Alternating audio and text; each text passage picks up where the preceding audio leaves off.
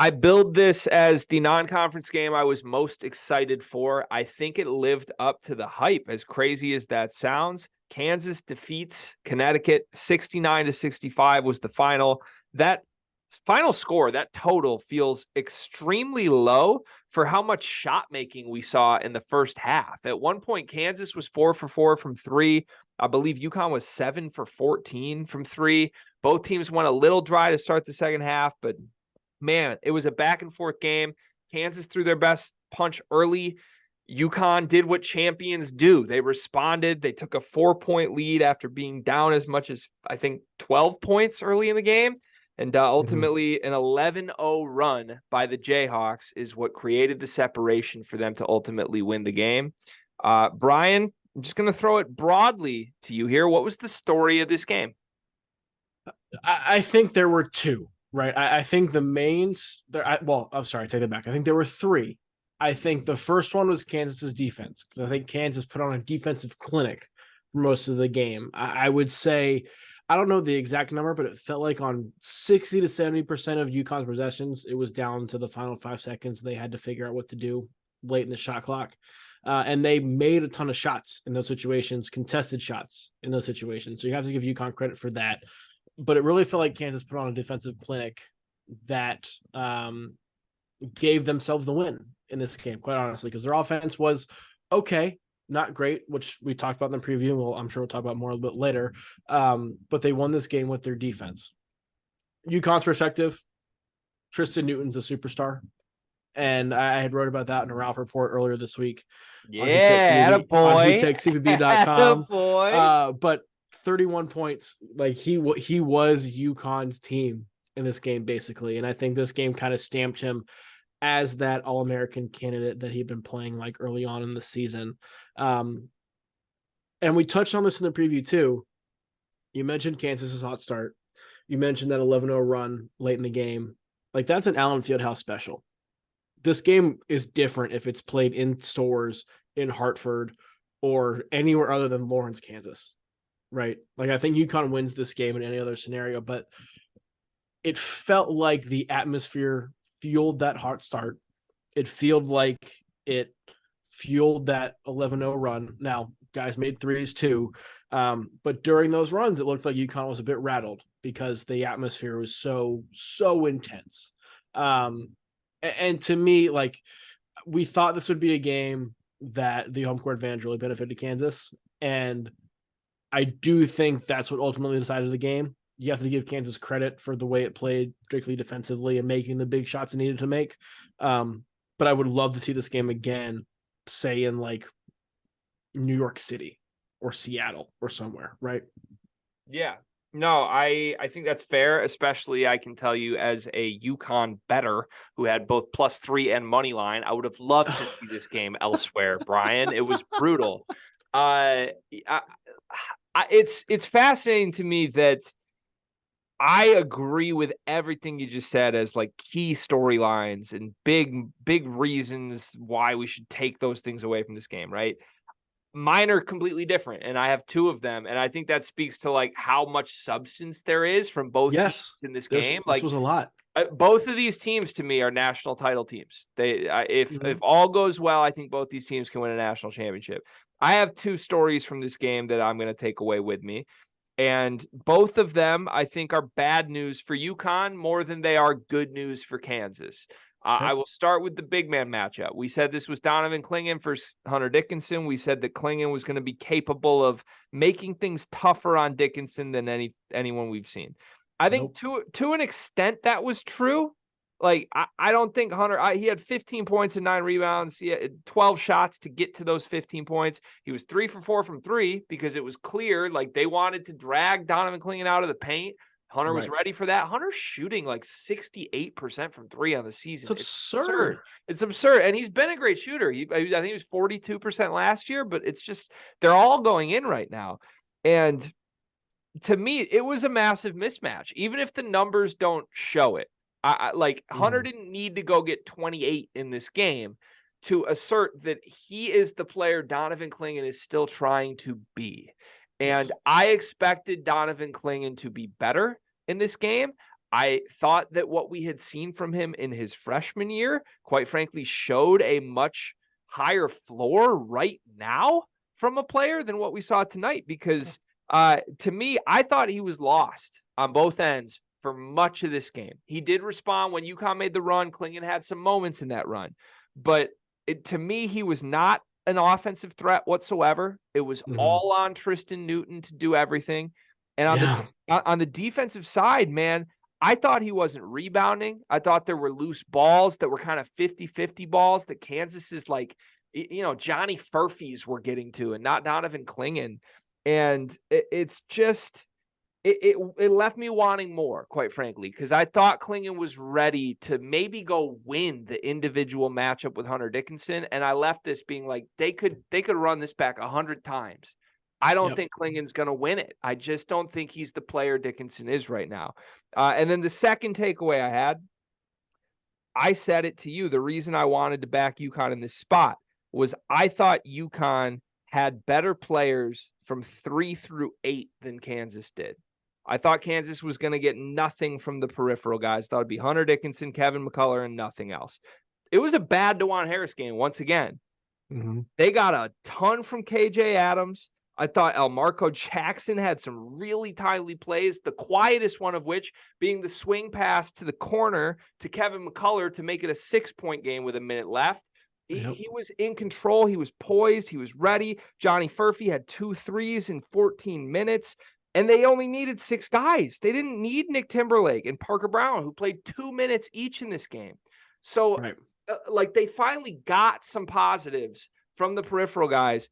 And the UConn team that I thought was going to be super deep was extremely one-dimensional. It was Tristan Newton and nothing else. Alex Caravan ended up with 10 and 6, but it was inefficient to get there. And Cam Spencer was a liability this entire game. Yes, he was, and I think that was the most disappointing thing. Now, I do think it is fair to wonder how much the rolled ankle he suffered like twice in the first 5 or 6 minutes of the game impacted him from a shooting perspective. I wonder. I think a lot of it was Kansas's defense, but I think it's fair to wonder that. I also think on the Clingan perspective, it's fair to wonder how healthy he actually is, right? I think there's reason for concern. The fact that Clingan may not be the guy who he looked a surefire slam dunk to be at the end of last season, but I will also acknowledge that he has not looked 100% healthy really at any point this season, right? I'll acknowledge that. I'll also acknowledge that Stephon Castle didn't play in this game, right? And so if you take the counter of that, which is kind of what we thought, right? And I think this is Kansas's biggest win of the season, other than the Kentucky game, right? And in both those games, well, at least the Kentucky game, you left that game feeling better about Kentucky because they shot so inefficiently from the field and were right there with Kansas, who had excellent games from their big 3 guys, from McCullough, Adams, Dickinson, and Harris had 23 in that game. But you felt great about Kentucky leaving that game. If you're a UConn, Caravan was 4 of 11. Cam Spencer was 2 of 12. Donovan Clingan was unproductive. Castle didn't play. And you lost to Kansas by 4 at Kansas with 3 guys scoring 15 points for Kansas. Right? Like, if you're UConn, I think there is part of you that leaves this game feeling okay. Right? That, again, if you played this game of somewhere other than Allen Fieldhouse, you probably win this game. And I think you're fully healthy, you probably win this game. The flip side of that, though, if you're Kansas, like, we have to acknowledge Kansas's defense at some point, I think, because in both of these cases, Kentucky and UConn, I'll point to in particular, if we would have shot the ball better, we would have beaten them, right? If we would have shot the ball better, we would have beaten them. Well, a lot of that's because Kansas's defense was suffocating UConn in this game. Like, Tristan Newton was 6 of 9 from 3 in total. 3 of them were heaves at the end of shot clocks that he made that were just prayers that happened to go in today. If those don't go in, I think we're having a different conversation than we are now. And the game is completely different. From a process standpoint, Kansas's defense is championship level. I still have questions about their offense and the number of options they have, because you had 3 guys score more than 2 baskets in this game. 3 guys score more than 6 points in this game. Like, that's still not great, but defensively, Kansas is championship level, at least on that end of the court. They are. And I don't know who to give the credit to. That's the interesting thing with me with Kansas. Bill Self. Because it is Bill Self, right? Like, it's Bill just Self. that simple. It's Bill Self. It's Bill Self. Yeah. Yeah, it's that simple. Because I keep coming on this program, sitting in front of this microphone, and saying, I don't like this roster, and there's limitations, and it's not going to work. And then it keeps working, because when Kansas is in a dogfight, the ball finds their 2 good players. And when UConn was in the dogfight tonight, the ball went away from Tristan Newton, right? And I don't know if that's like, hey, Bill Self, all the credit for that, or if there's some psychology stuff with the players or the way the defensive schemed it up. But like, I just watched for 36 minutes. I watched Tristan Newton put Hunter Dickinson in a pick and roll blender, which we came on here and said was the whole game. It was the whole game. There was no way that Hunter Dickinson was going to be able to stop Tristan Newton in a pick and roll. You know how many pick and rolls he put Hunter Dickinson in the final 4 minutes of the game? 0. And I don't know why it stopped. Like, we were dialing shit up for Cam Spencer, who couldn't hit the broadside of a barn to sound like my grandfather. So I don't know. I think you're right. Bill Self deserves a ton of credit. And while I'm with you, I'm looking at this Kansas roster like, damn, they're thin. Damn, they don't have the depth. Damn, DeJuan Harris leaves you wanting more. The bigger takeaway for me is I think they have enough to win a national title as long as the ball keeps finding Kevin McCullough and Hunter Dickinson in big moments. Part of me wants to agree with you. Part of me wants to disagree, because how often can you expect Kevin McCullough, a career, I don't have numbers in front of me, let's say career 30% three-point shooter, which sounds about right, to shoot 3 or 4 for 3, including 2 huge threes that prove to be the difference in the game, really. How often can KJ Adams get you 18 points? How often can Hunter Dickinson shoot 3 or 4 for 3 himself, right? Like, those are some things I wonder the consistency of, particularly when you're not getting help from anywhere else. DeJuan Harris was not great tonight. He was 1 of 7 from the field, but he took 7 shots. And I think the willingness to shoot for him opened more things up, because we talked on the preview. He's the guy other teams will dare to shoot because he simply won't shoot it, because it's just not in his DNA and the way he plays the game. Right? That was what Kentucky did. And then late in the game, he made like 4 threes, and they're like, oh, we should probably start guarding him now, because he's efficient when he shoots it. He just doesn't shoot it. And so if he's at least willing to shoot it, makes defenses respect him, gives them somebody else to worry about. And I think that mattered in this game, even though he shot 1 for 7.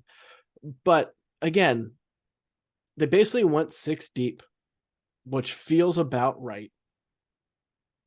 You had 2 guys, or 3 guys, score more than 2 baskets.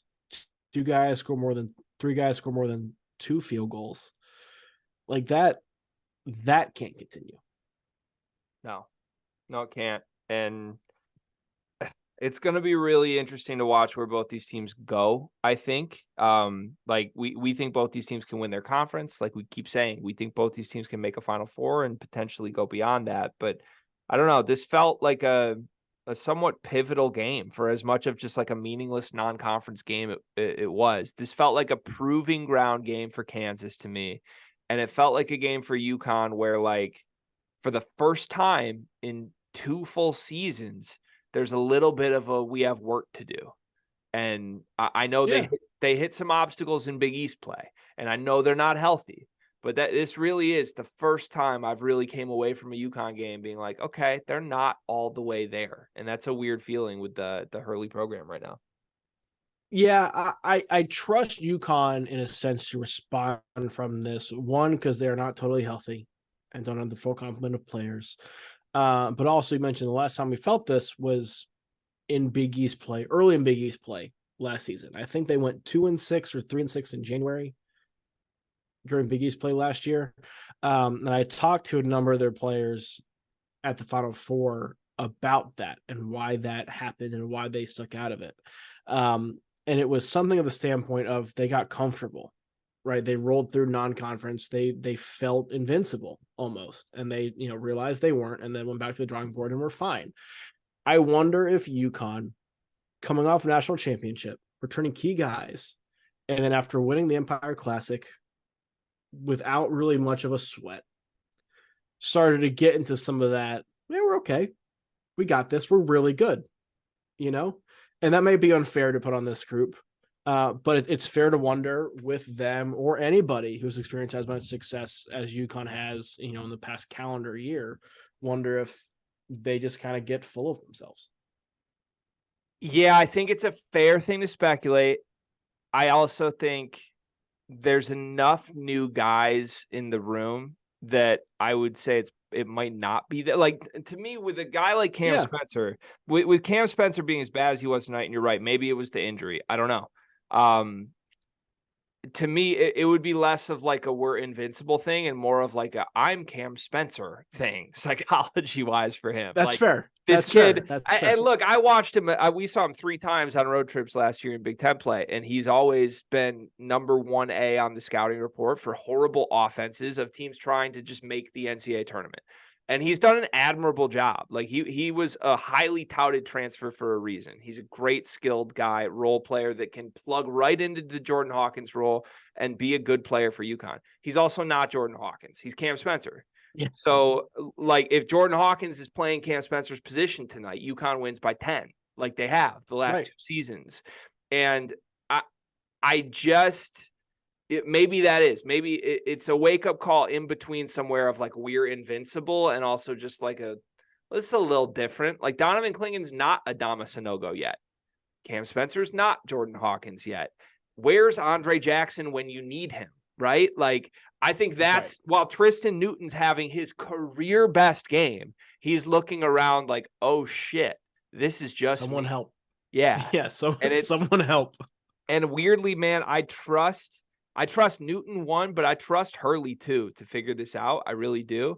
And as much as I'm criticizing how much they were drawing up stuff for Cam Spencer in this game, in a sick way as a shooter and as a coach, I like it, because what better message to send to a guy who's just playing piss poor that you're going to need to hit a shot in March than like Cam hit the bit. And Cam had the ball in his hands on an open 3 to win this game with 5 seconds left. And it just didn't go in. And that's, but that's the look you want, right? I'm interested too. Like I wish Castle had played them, because I'm curious how they would have used their most talented player from at least an NBA perspective, right? In these kind of late game situations. We'll find out down the road. But that is the one question mark I have leaving this game is, okay, well, how does Castle factor into what Hurley views as the pecking order? Yeah. I would love to know that as well. They certainly get more talented. They certainly get deeper. They certainly get more guys who can help Tristan Newton the moment they get Castle back. So all in all, I think great game. And I want to end with this, if you don't mind, just giving me like 30 seconds to have a little pedestal moment, Brian. I owe it to one person to have a moment with this person real quick. I want to congratulate you, Hunter Dickinson, because you're doing everything I said I was skeptical you couldn't do. And you deserve a bunch of flowers for it. You deserve a bunch of credit. Now, remember, Hunter, it's December 2nd. We're not going to take victory laps and crown ourselves champions on December 2nd. We're not going to bring the ski masks out, my friend. But I think you already know that, Hunter. I think you've grown. I think you've matured. I think you've matured as a player. I think you just walked out on the court and absolutely punked the guy they've been trying to say has a higher ceiling and is more NBA ready than you for 40 minutes. I think that just happened tonight. I think you can be the best player on a national championship winning team, Hunter, even though your team has clear holes. Like that's been the thing your whole career, right? Your team has holes. Hunter can't get them over the hump. I think you can get them over the hump, Hunter Dickinson. And I applaud you for what you've done. You've elevated your game. I thought you were the best player on the floor tonight, and you and Kevin McCullough have a special thing going. So congratulations, Hunter. Please let Doug McDaniel win tomorrow, though, just for my morale, because this hurts, man. This hurts a little bit. Can I say one thing, Hunter Dickinson wise, before we get out of here? Yeah, please. I think he's having fun again. Oh, that hurts. I do. There was, I think they were up 16-5 or something like that. It was the first TV timeout, or when Hurley called timeout halfway through the first and second TV timeout, and they were up a bunch, and the place was going bananas. And of course, they had Hunter Dickinson walking to the bench, and he's giving this half smile where he's trying not to show emotion, but you can tell he's enjoying himself. I think he's having fun again. He's just so good. Like I know this He is is. like He this is. is like half a bit, but he's and I want to add this. He has elevated his game. He's been better in the bright lights, all of that. Bill Self is great at how he uses his bigs. Yes. All of this is good. He also has been this dude, though. Like, I want people to know this isn't like he's turned the corner and he's a totally new player. He's been this dude. He's been this dude for 2 years. Like, we knew he could step out and shoot. We knew he could do this. He just is doing it at a bigger pedigree program, and that's great. And I love it. And I'm proud of him, and I'm happy for him, quite frankly. It would be awesome to me if Hunter Dickinson goes all the way this year. So I give you credit, man. I applaud you. It was a tough decision, I'm sure. Maybe it was an easy decision. I don't know. But you made the right decision. That's the point. And here you are getting a high-profile win and a primetime game. And there's plenty more coming your way, Hunter. So congratulations. We are Sleepers Media here. We've also got Brian Rauf from Heat Check CBB. We're doing previews and recaps for every single big game of the season. Subscribe to the channel to see them all. We'll see you next time.